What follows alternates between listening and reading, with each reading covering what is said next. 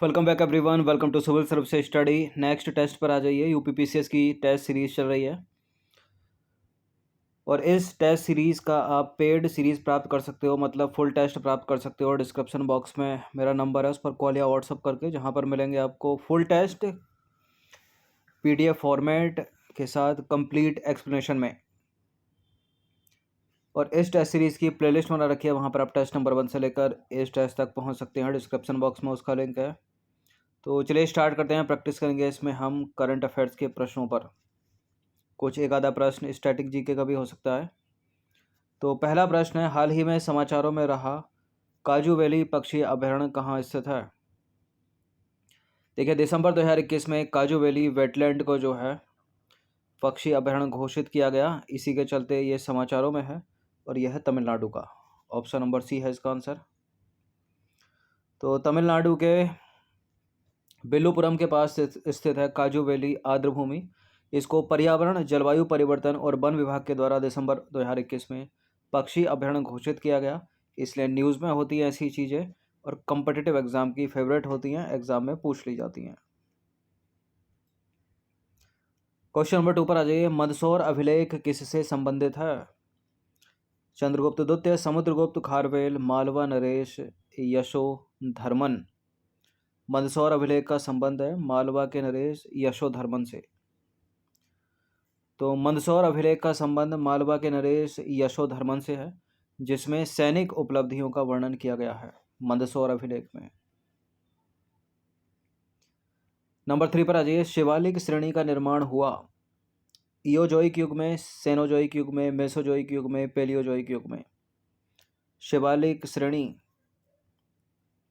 जो कि हिमालय की सबसे बाहरी श्रेणी है, सबसे ऊपर है बृहद हिमालय या महान हिमालय, बीच में मध्य हिमालय, हिमाचल हिमालय और अंत में बाह्य हिमालय या शिवालिक श्रेणी। तो सेनोजोइक युग में हुआ। ऑप्शन नंबर बी सही है इसका। तो शिवालिक श्रेणी का निर्माण हुआ सेनोजोइक काल में या सेनोजोइक युग में। सेनोजोइक का अर्थ है नवीन जीवन। नंबर 4 पर आ जाइए। भारत की यूपीआई प्रणाली को अपनाने वाला पहला देश कौन सा है? ये प्रश्न इंपॉर्टेंट है, कई बार मैंने इसको टेस्ट सीरीज में डाला है और इसका उत्तर है ऑप्शन नंबर डी, नेपाल। तो नेपाल भारत के बाहर वो पहला देश है जिसने नगद लेन देन के डिजिटलीकरण हेतु भुगतान प्रणाली के रूप में यूपीआई को अपनाया है। नंबर 5 पर आ जाइए। राज्यपाल यानी गवर्नर की नियुक्ति का प्रावधान किस देश से लिया गया है? राज्यपाल की नियुक्ति का प्रावधान हमने लिया है किस देश से? कनाडा से लिया है। भारतीय संविधान में बहुत सारी चीज़ें हैं जो हमने दूसरे देशों से ग्रहण की हैं, वो एग्ज़ाम में पूछ ली जाती हैं। तो भारतीय संविधान में राज्यपाल की नियुक्ति यानी गवर्नर की नियुक्ति का प्रावधान कनाडा से लिया गया है। वैश्विक खुशहाली रिपोर्ट 2022 के संदर्भ में ब्रिक्स देशों में शीर्ष स्थान पर कौन सा देश है? बताइए। ब्रिक्स में कौन कौन से कंट्री आपको पता होगा। उन कंट्रियों में से, उन देशों में से वैश्विक खुशहाली रिपोर्ट में सर्वाधिक खुश कौन सा देश है? ब्राज़ील है। ठीक है, ऑप्शन नंबर डी। तो वैश्विक खुशहाली रिपोर्ट 2022 में ब्रिक्स देशों की स्थिति अगर देखी जाए तो सबसे खुश ब्राज़ील है, उसके बाद चीन है, फिर रूस है, फिर दक्षिण अफ्रीका है और सबसे अंत में है भारत। पौधों के लिए आवश्यक बृहद पोषक तत्वों में कौन शामिल नहीं है? देखिए, 6 बृहद पोषक तत्व होते हैं और बाकी के जो है वो सूक्ष्म पोषक तत्व होते हैं। तो इन 6 के 6 का नाम याद रखना, जैसे कि नाइट्रोजन हो गया, पोटेशियम हो गया, फॉस्फोरस हो गया और जिंक जो है वो सूक्ष्म पोषक तत्व है। तो मृदा से प्राप्त होने वाले पोषक तत्वों में 6 बृहद पोषक तत्व होते हैं और 7 सूक्ष्म पोषक तत्व होते हैं। इन्हीं के बारे में वो पूछ रहा था। एक उसमें इनमें से था, कौन सा वाला था? ये जिंक था। तो बृहद पोषक तत्वों की बात करें तो 6 हैं। नाइट्रोजन है, फॉस्फोरस है, पोटेशियम है, कैल्शियम है, मैग्नीशियम है और गंधक है यानी सल्फर है। और सूक्ष्म पोषक तत्वों की बात करें तो लोहा हो गया यानी आयरन, जिंक हो गया, कॉपर हो गया, मैग्नीज हो गया, मोल्बिडेनम हो गया, बोरॉन हो गया, क्लोरीन हो गया। अक्सर अटकाता है एग्जामिनर मैग्नीशियम और मैग्नीज को लेकर। ठीक है, मैग्नीशियम एक बृहद पोषक तत्व है और सूक्ष्म पोषक तत्व है मैग्नीज, याद रखना। कुछ आपको पूछना हो तो इस नंबर पर कॉल या व्हाट्सएप आप कर सकते हो। क्वेश्चन नंबर 8 पर आ जाइए। ग्लोबल 500 पुरस्कार कौन प्रदान करता है? बताइए कौन प्रदान करता है? इन दोनों में से कोई एक प्रदान करता है। विश्व वन्यजीव कोष प्रदान करता है या संयुक्त राष्ट्र पर्यावरण कार्यक्रम प्रदान करता है? संयुक्त राष्ट्र पर्यावरण कार्यक्रम प्रदान करता है, यानी यूनाइटेड नेशन इन्वायरमेंट प्रोग्राम। तो 20 का आंसर हो जाएगा। देखिए, पर्यावरण के क्षेत्र में उल्लेखनीय योगदान के लिए संयुक्त राष्ट्र पर्यावरण कार्यक्रम यानी यूएनईपी द्वारा वर्ष 1987 से विभिन्न व्यक्तियों एवं संगठनों को ग्लोबल 500 पुरस्कार जो है वो प्रदान किया जा रहा है। तो अगर कोई स्टेटमेंट बना के प्रश्न पूछे कि यह केवल व्यक्तियों को दिया जाता है तो गलत है स्टेटमेंट, क्योंकि व्यक्तियों और संगठनों दोनों को दिया जाता है ग्लोबल 500 पुरस्कार। ठीक है, किस क्षेत्र में मिलता है? पर्यावरण के क्षेत्र में। कौन देता है? संयुक्त राष्ट्र पर्यावरण कार्यक्रम यूएनईपी। कब से? 1987 से। क्वेश्चन नंबर 9 पर आ जाइए। वर्ष 2021 के लिए आईसीसी सर्वश्रेष्ठ महिला क्रिकेटर का जो अवार्ड है वो किसे दिया गया है? आईसीसी रैंकिंग में सर्वश्रेष्ठ फीमेल क्रिकेटर कौन है? Smriti Mandhana, option number A. तो भारतीय महिला क्रिकेट टीम की स्मृति मंधाना को आईसीसी ने वर्ष 2021 की सर्वश्रेष्ठ महिला क्रिकेटर का अवार्ड जो है वो प्रदान किया है।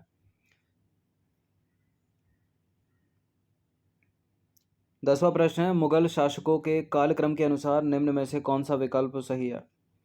बताइए, शाह आलम द्वितीय पहले आया, अकबर द्वितीय पहले, अकबर द्वितीय पहले या आलमगीर द्वितीय पहले? इन सब में बहादुर शाह जफर सबसे अंत में होना चाहिए। तो इन्हीं दोनों में से हमारा सही होगा आंसर। तो सबसे पहले आलमगीर द्वितीय, उसके बाद शाह आलम द्वितीय, फिर अकबर द्वितीय और सबसे अंत में है बहादुर शाह जफर। तो ऑप्शन नंबर 20 का आंसर हो जाएगा। तो मुगल शासकों का सही क्रम जो होगा वो आलमगीर द्वितीय, शाह आलम द्वितीय, अकबर द्वितीय और बहादुर शाह जफर। और स्टार्टिंग में देखें तो बाबर, हुमायूं, अकबर, जहांगीर, शाहजहां, औरंगजेब। क्वेश्चन नंबर 11 पर आ जाइए। हाल ही में कौशल्या मातृत्व योजना का शुभारंभ किस राज्य में किया गया है? छत्तीसगढ़ की सरकार। तो छत्तीसगढ़ के मुख्यमंत्री भूपेश बघेल ने सुरक्षित मातृत्व के लिए कौशल्या मातृत्व योजना का शुभारंभ किया। सीधे सीधे याद रखिएगा। क्वेश्चन नंबर 12 पर आ जाइए। ऊतक यानी टिश्यू के अध्ययन संबंधी विज्ञान को क्या कहा जाता है?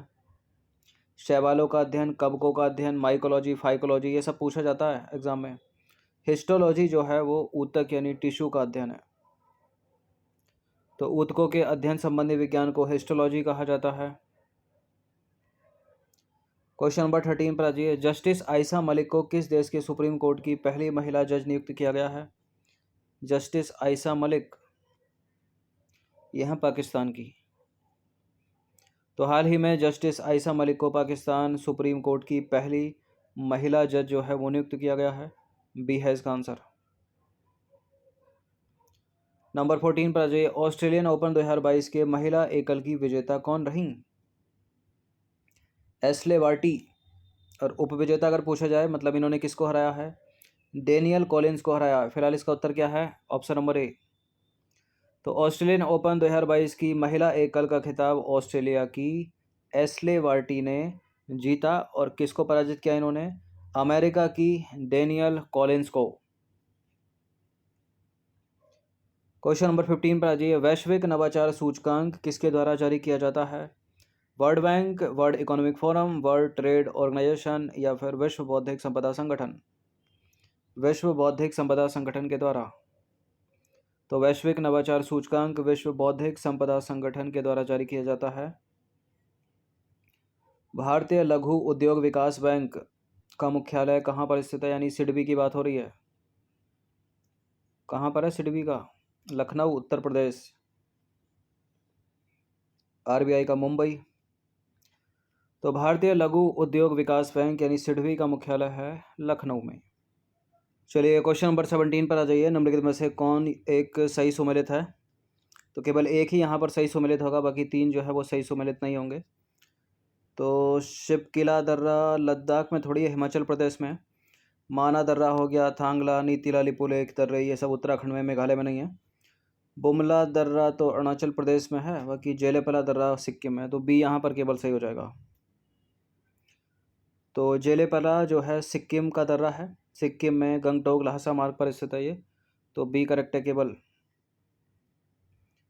क्वेश्चन नंबर 18 पर आ जाइए। धर्म गार्जियन एक संयुक्त सैन्य अभ्यास है, किन दो देशों की थल सेनाओं के बीच होता है ये? कई बार मैंने कराया इसको टेस्ट सीरीज में, भारत और जापान। वरुण अगर पूछा जाए तो वो भारत और फ्रांस के बीच है। तो धर्म गार्जियन 2022 संयुक्त सैन्याभ्यास भारत और जापान की थल सेनाओं के बीच संपन्न हुआ। कहाँ संपन्न हुआ है? भारत में संपन्न हुआ है, भारत में भी, कर्नाटक के वेलगांव में। क्वेश्चन नंबर 19 पर आ जाइए। एक पुस्तक है, पुस्तक का नाम है the Indian war of independence 1857। किसकी किताब है ये? इसके लेखक कौन है? B D. Savarkar, option number A. तो the Indian war of independence 1857 किताब के लेखक कौन है? बी.डी. सावरकर। क्वेश्चन नंबर 20 पर आ जाइए। संविधान के मूल संरचना का सिद्धांत किस वाद का परिणाम है? केशवानंद भारती बनाम केरल राज्य, ऑप्शन नंबर ए। तो केशवानंद भारती बनाम केरल राज्य वाद 1973 में दिए गए निर्णय को सर्वोच्च न्यायालय के सबसे महत्वपूर्ण निर्णयों में से एक जो है वो माना जाता है, क्योंकि इसके माध्यम से भारतीय संविधान की उस मूल संरचना को निर्धारित किया गया जिसे संसद द्वारा संशोधित नहीं किया जा सकता। तो ये पूछ भी लेता है कि इनको कालानुक्रम सजा दो कि केशवानंद पहले था या गोलकनाथ पहला है। केशवानंद पहला, गोलकनाथ पहला? गोलकनाथ पहला। तो ये 20 प्रश्न थे, इनकी प्रैक्टिस 1 से 2 बार कर लीजिएगा। और इस टेस्ट सीरीज़ की आप पेड सीरीज़ प्राप्त कर सकते हो, जिसमें मिलेंगे आपको फुल टेस्ट। टेलीग्राम पर ये नंबर है, इस पर कॉल या व्हाट्सएप आप कर सकते हो, जिनको भी चाहिए। धन्यवाद।